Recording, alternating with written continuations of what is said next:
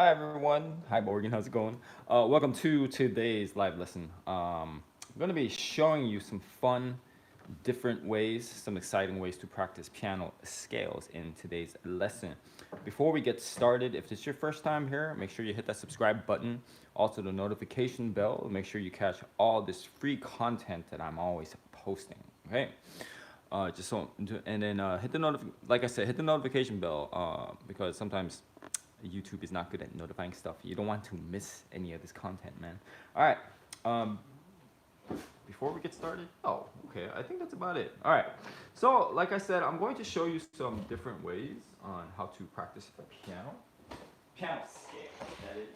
Let me get this. That looks better. Okay. Because when we're thinking about life, the thing that makes life interesting, if you're thinking about food, movies, it's just variety, right? What do they say? Variety is the spice of life.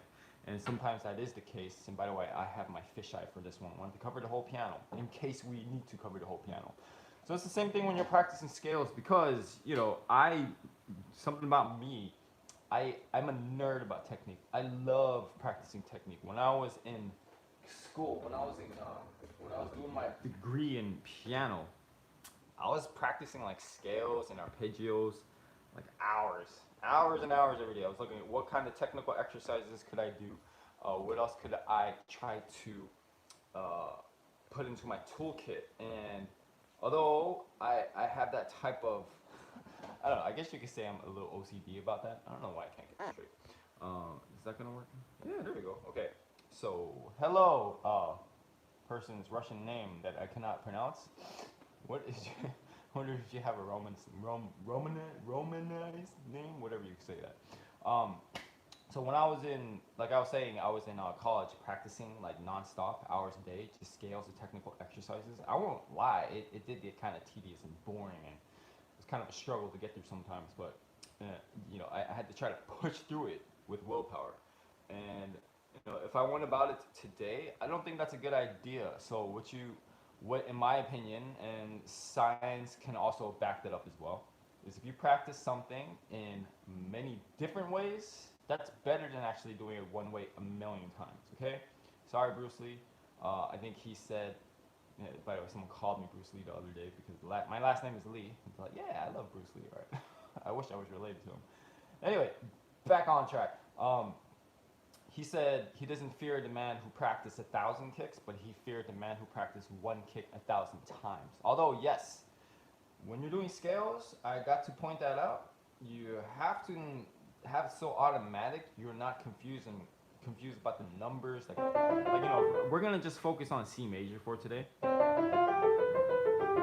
This finger, the numbers, right? The standard finger numbers, you cannot be confused about that whatsoever. So you have to be able to play scales regularly. You have it dialed down, automatic. You're not making any mistakes, 100% accuracy, in order to kind of practice what I'm going to show you in today's lesson. Okay, so let's just say, yeah, you reach the point where scales are totally automatic for you and you're looking for some next level stuff, then this lesson is going to be for you. If not, then you have to practice the basics of the scales, every single key, so it's totally automatic where you don't have to think about it. Understand? Okay, so when we're thinking about scales, by the way, last thing before we actually start the scales, I know it's a lot of information, but it's important, okay? What I'm showing you in this lesson with these scales not only applies to any technical exercises, or you can also apply this for arpeggios. Maybe I'll do that in a future live stream. But this isn't only for scales, okay? Whatever I'm showing you here on how to practice the scales, you can also apply to any music that you're practicing, okay? So this is not only for scales, this is also music, repertoire, like classical, jazz, whatever. Understand? Okay, so I have a little list right here. I'll try to stay on track with it. First up on the list is rhythm. You could practice scales in different rhythms. Let me try to show you exactly how many rhythms we can go through. And you start this way, the possibilities can be almost infinite if you think about it that way, okay? All right, so first one, you could just do a simple dotted rhythm. A let's just stick with 1 octave for now. We might go 2, 3 octaves if necessary. So first, this very basic dotted rhythm, right? Then you can reverse the dotted rhythm.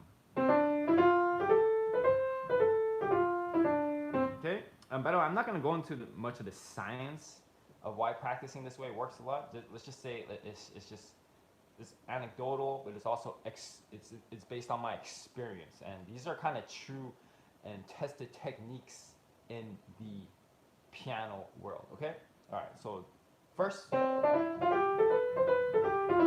second, just reverse it. Then you could also go triplets.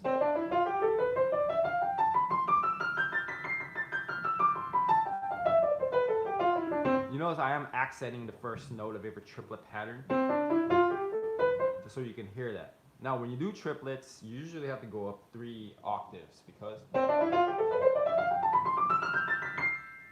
when the accent ends up on the 3rd octave. If you do 1 octave or 2, it's a little confusing. Okay. All right. Then you can also do 16th notes.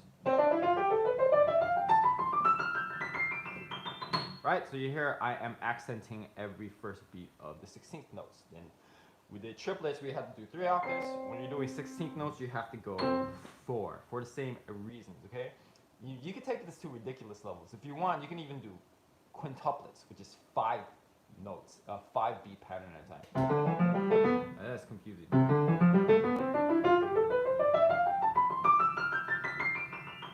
Yeah, it's a little, it takes me some, that'll take me some ways to practice as well. So let me see if I can go a little bit slower.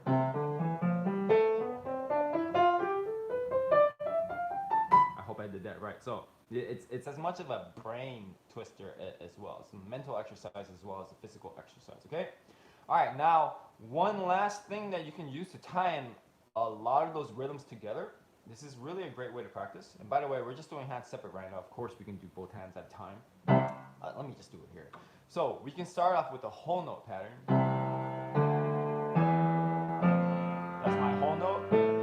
And then coming back down here, or half note, whatever you want to think. Then we play twice as fast.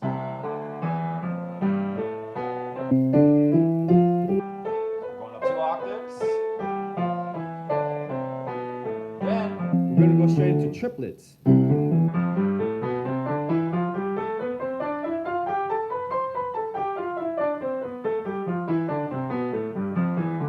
Last on the list, 16ths.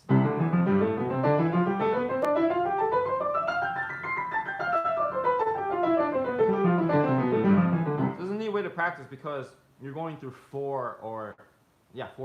about four rhythmic patterns, and you can just take this with every key. Although, yeah, that would take you a heck of a long time, I understand, okay? All right, so that's it for rhythm. Next up on the list, dynamics.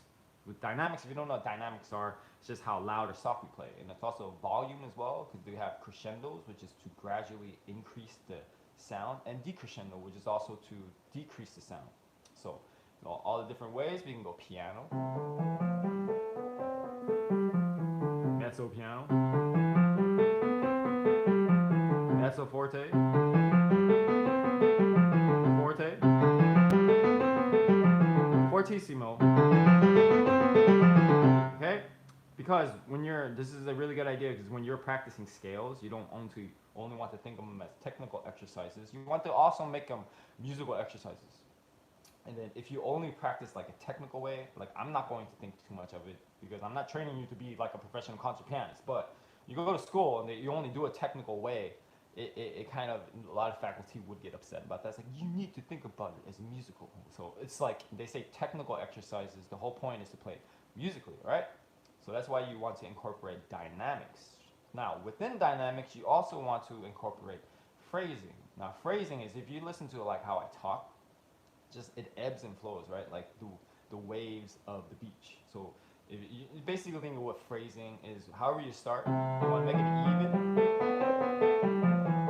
It kind of tapers off at the end, kind of like a breath, right? You take a deep breath in, take a deep breath out, like, so it just kind of dies down. So if you end the phrase like with an accent, it's kind of like if you take a breath, and my students always get a kick out of this. It's like you take a breath and it's like, You hear that at the end, like no, there's no little hiccup at that. It should just die off. Hope that makes sense. Okay, so that's the idea of phrasing.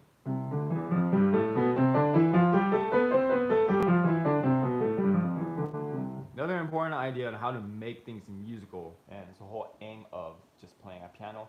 Anyway, a lot of different ways to phrase, right? But if we're thinking about phrasing, let's make it a little bit more easier to understand. Just think of it as crescendos and decrescendos. Okay, so you could start off piano and crescendo into mezzo piano.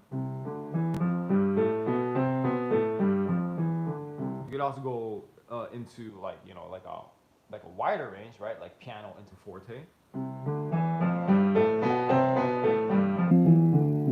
Okay. And another fun way to do is you can reverse it. You can start forte and go the opposite way, right?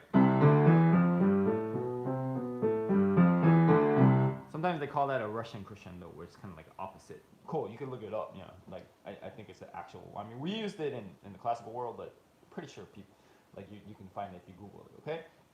Now you take this across different octaves. It's a lot more challenging because you only have to think of a crescendo from here to here. Now you have to plan it all the way to here to here. Okay? So let's do one octave at a time, right? Have we go two, and I haven't done this in a while, so it might be I might have a little challenge with it.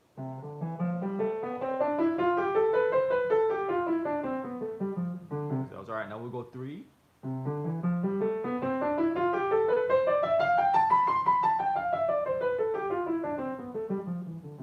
And then four. I mean, I don't even want to attempt that right now. So, what's tricky is like you get to the top. That has to be the peak of the phrase, of the dynamics of the crescendo, or even opposite.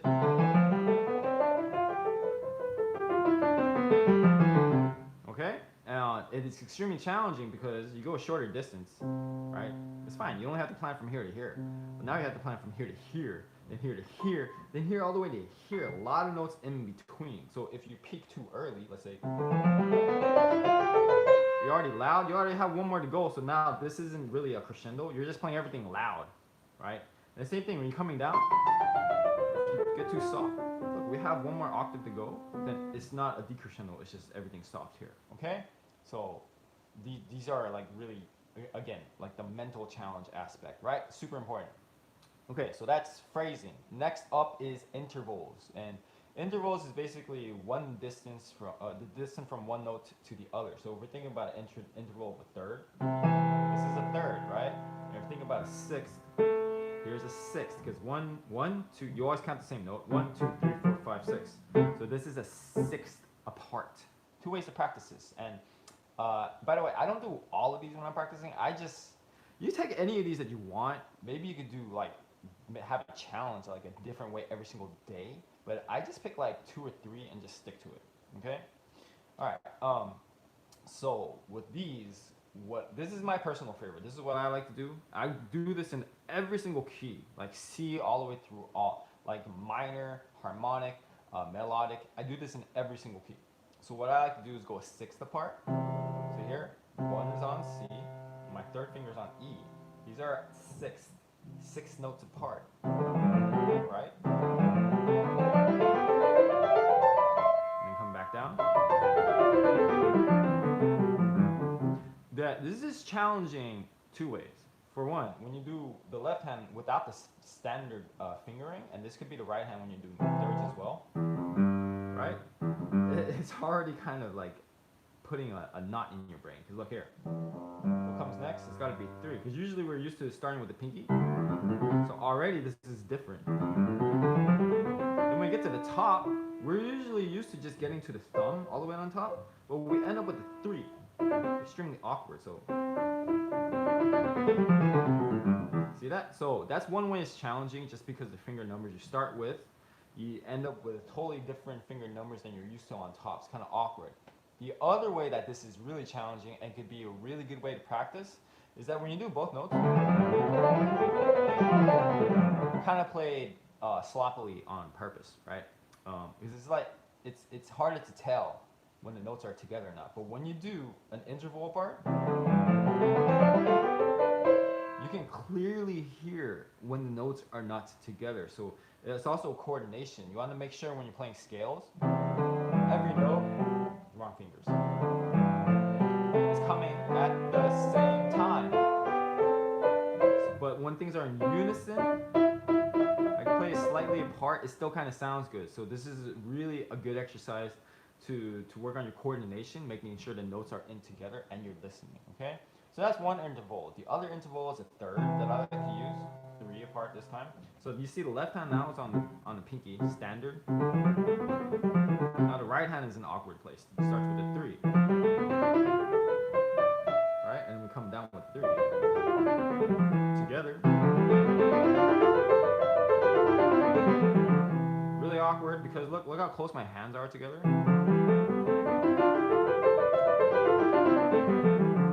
Used to playing your hands together, okay? Because there's a lot of, like, if you start with like basic music, like pop music, you're not going to come across all these awkward positions that you come across maybe in jazz and classical, okay? So this is kind of a way to preview that, and hopefully you don't only stick to like, you know, and I'm not trying to diss like popular songs or anything like that, but if you only focus on that, your technique is going to be really limited. Okay, I'm just saying, it's really limited. Like if you play like a hard version of, let's say, I don't know, Dance Monkey, okay, it's still not going to compare to playing Footloose, period. Okay, all right. So that's intervals.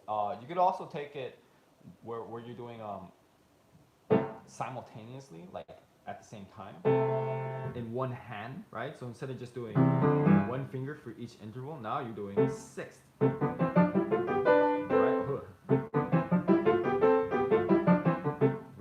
Sixth, and you could also go thirds. I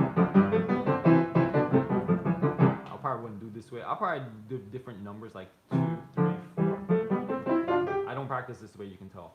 And then also, of course, the what is going on with my internet? Okay. Also, the other one, which is octaves. Yeah. Octaves are difficult. And then, you know, I was saying like many different ways to do it. At the end, just a little preview of how I'll wrap things up. You can also combine all these together, and that'll be a total mind trip, right? So,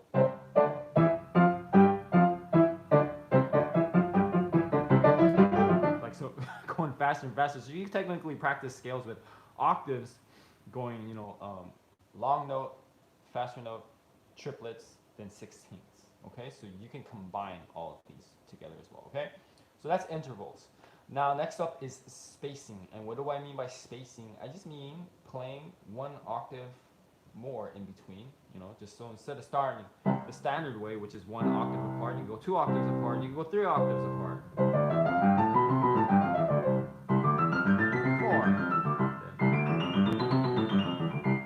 These are just ways to kind of expand your technique. And that more or less is pretty self-explanatory. I mean, you could even take it with thirds. Ugh,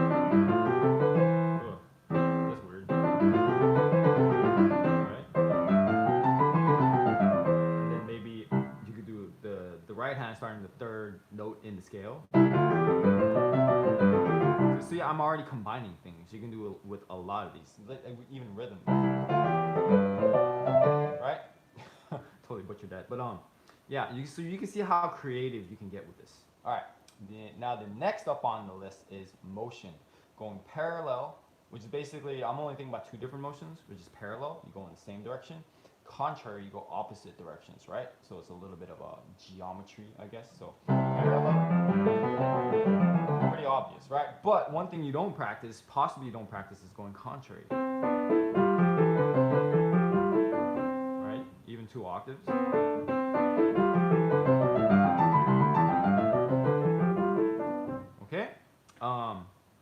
This is especially good for, let's say, if you're practicing scales with at least C major, because if you notice something here, it's like almost a complete mirror. Look, you're using the same numbers. It's 1, 2, 3, 1, 2, 3, 4, 5, 4, 3, 2, 1, 3, 2, 1. In fact, when I get students to practice hands together and they're having trouble doing it the standard way, I tell them to do it this way. They don't have to think about which finger number comes next. And when they get used to that, then they go parallel direction, okay? Now, there's a little Here's a cool way of practicing scales in the motion where you can kind of do all that together. Okay, so what we're first gonna do is go parallel. Then when we get to a certain part of the keyboard, we split. Then you come back together. Then you continue the parallel direction. You come back down. You split again. You come back to center, and then you finish off. Okay. If that doesn't make any sense to you, just watch and listen. So about 2 octaves in, when we get to the C, then I'm gonna split directions. Right? Then we come back in. Come back to the C. I continue going that direction. And come back down. Then split again. Come back down. And I finish this time. Alright, so let me do all that without explanation so you can kind of see how it works.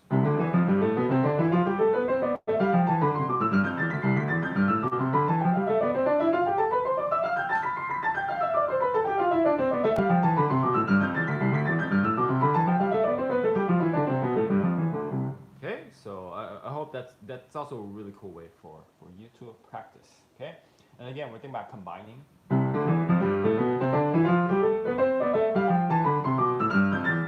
So on, right? Triplets, what's 16ths? Well, I was gonna say like quartet, but yeah. You can even take it a step further and do the intervals. That's gonna that'll be super challenging, right?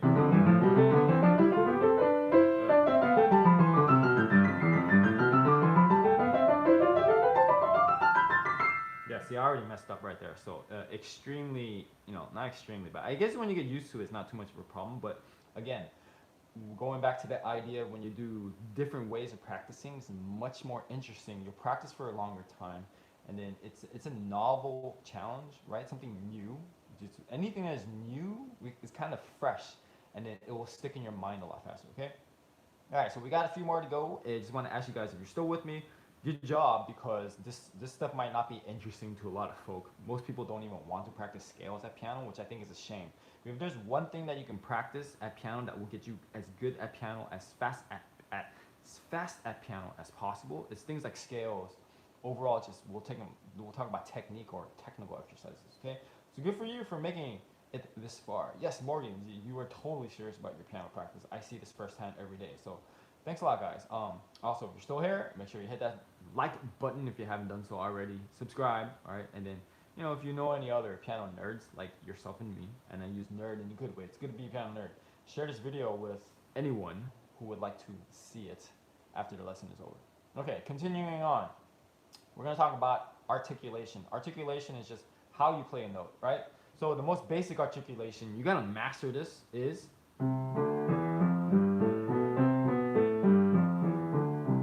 this legato, okay? Now the second one that you can master, non-legato, okay? Now third one, staccato, okay? That's a short one. Those are only 3 ones. There's probably more you can think about, but I don't want to take it to a ridiculous level. So we're just thinking legato, non-legato, which is kind of a longer staccato, and then staccato, okay? All right, moving on. Cross arms.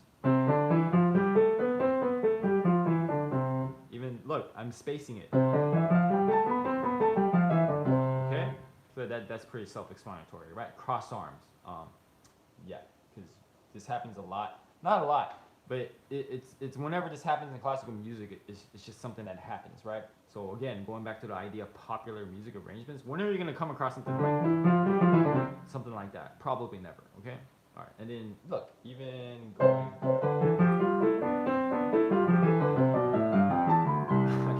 that far, right? So see that? Even doing contrary motion. So you can easily see how to mix this up. You can be very creative with this. Now, here's a really weird one. Using standard finger number for scales in C major, and playing it in every single key with that standard finger number. Like when you get to G major, D major, A major, it's all the same, right? D, A, E. It gets really weird starting from B major. Right? So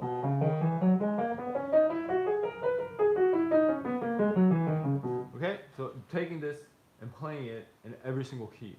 It's very awkward, very weird. I remember first time I actually posted this on a Reddit forum. Someone's like, I'm looking for a good way to, with technique and scales, like what's a recommended approach? And I actually recommended doing it this way on the Reddit forum. And they goes like, I'm not gonna try that at all. That's weird. You're a dork or something like that. But you're a lot more open-minded if you're still watching this. Well, the reason why you want to practice this way, it depends on how serious you're gonna get about piano. And this kind of contradicts a rule I have with some students when I'm telling them when you play scales, you do not want. If we go to like even B flat major.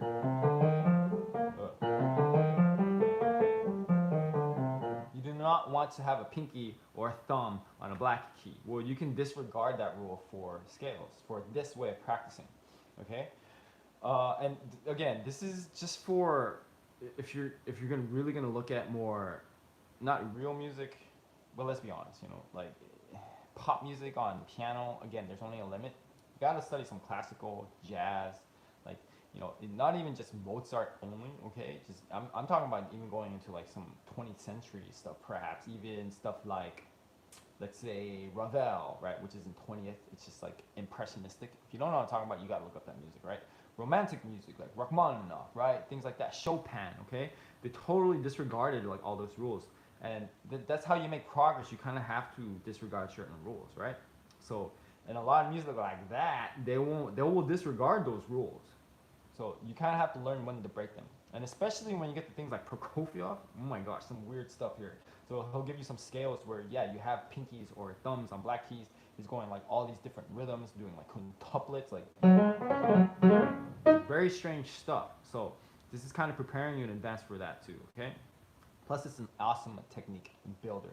It'll just open up your idea of possibility in terms of what finger numbers you can use. You won't be only constrained. You won't be thinking, only A, B, C. You can go like X, Z, 1000, whatever. You won't have rules when it comes to finger numbers. And this is, I will tell you, this is the one of the most important exercises I did. Everything I'm showing you here, I've experimented in, like I've done all of these in one way or another, okay? This is very important exercise with the standard finger numbers, because this is actually the one exercise that I did. And after I did it, after I hammered it into my consciousness as a pianist, I'm not even kidding about this, I've never had to worry about fingering ever in any songs, pieces, or scales, technical exercises. I've never had to worry about finger numbers since. I'm not even kidding about that. This is the one exercise that I did. Big right hand too. I've done this in a while, but when I did this in every single key, it was super awkward, okay? Alright, I'm just telling you, it's not easy. But when I did that, I didn't have to worry about finger numbers. I haven't even written down a finger number on any notes since then, okay? Really works. Alright, and we already talked about combining everything, so I'm going to skip over that. Now, the last thing on this list that I will leave you with is practicing. Everyone knows about the circle of fifths, right? We go circle of fifths. Right, I didn't do that right. The reason why you go circle of fifths is because when we're starting from C major, you go up a fifth, you're in G major, we have one sharp. Then you go up a fifth, you're in D major, you have two sharps. You go up a fifth, you're in A major, you have three sharps, so on and on and on, okay? I'm going to show you another way to practice. So that's C major. Now, from C major, you're going to go up a half step, or up a whole step, and then down to A. Now we're in A minor. And you can work through both. Harmonic and melodic. Now, from here, you're going to go up a half step. Going down here. Now you're in F major. Then up a whole step. Now you're in D minor. Up a half step. Going down. Now you're in B flat major. So I hope you've noticed these two things by now. It's alternating between all the minors and the majors, okay? Not only that, we're actually going down the circle fifths. So instead of going up, we're just reversing direction. So we're going down, one flat, two flats, three flats, four flats, until it kind of changes to sharps, and you actually wind up all the way back to C major. Okay, let me see if I can show you here. I might kind of mess this up, but C major, right? I'll just go 5-finger scales at a time. Now I'm in A minor. Now I'm in F major. Now I'm in D minor. E major. E flat major. You have to make sure it sounds good as well. G minor. E flat minor, or E flat major. Hard getting mixed up. C minor.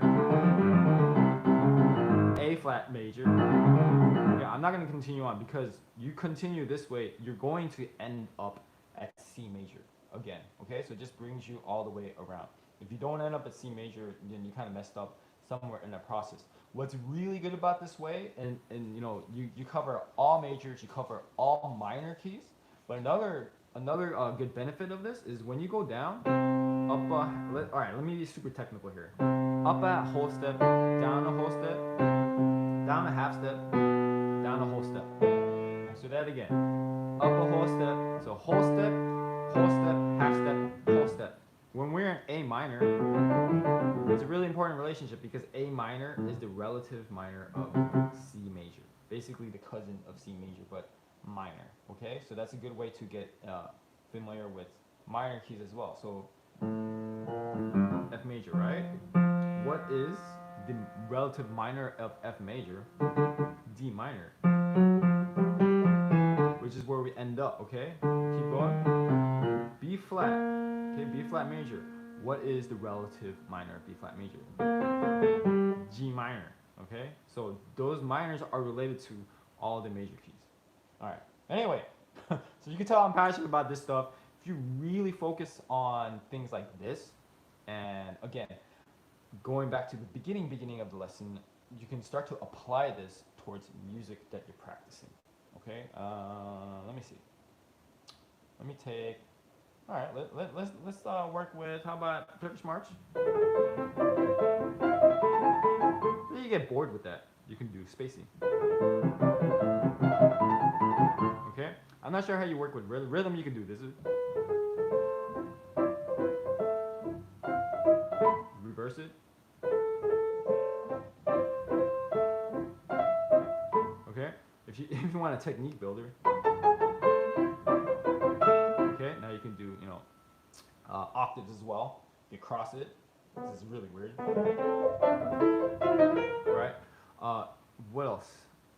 You know, you can take it to ridiculous levels, but that's probably as far as I would go in terms of, you know, applying that to piano technique and piano repertoire, I would say. Okay, so it really works. You get used to this. Oh, I forgot. We got dynamics, right? You can start loud, soft. Okay, dynamics as well, phrasing as well. Let's say you're used to. You can reverse that.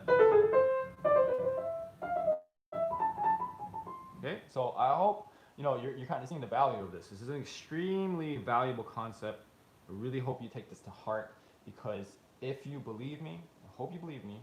Okay, because I'm not gonna give you something that I haven't worked out in my regular life. If you practice this stuff, you get really good at it. It will increase the way you play piano, your understanding of it, on how to practice tenfold. You will become 10 times, maybe even 100 times the pianist that you are today. Okay? All right. Anyways, you got a piano lesson today? Okay, well, I hope you explained this to your teacher, Henry. Yeah, thank you for joining me. Yeah. Okay, so that's it for today's lesson. I really enjoyed doing that. You can tell this is my passion. I love this stuff. You know, I could talk. It's funny, as weird as it sounds. I could talk about scales and technique and stuff like this all day long. It's very passionate. I'm very passionate about it. If you really focus on this stuff, you will be, you know, I said 10 times, 100 times. Why not 1,000,000 times better than you are today? Okay, so really, really focus on this stuff. It will really help you out when you're practicing. You might not make that good results in the short term, but everything I'm teaching is for the long game. Okay. Eventually, you practice this way. You might not see it in the beginning, but over time, you are going to grow and grow and grow. Okay, so I hope this really helps you out. Thank you guys so much for watching. I'll see you guys next time, and happy practicing.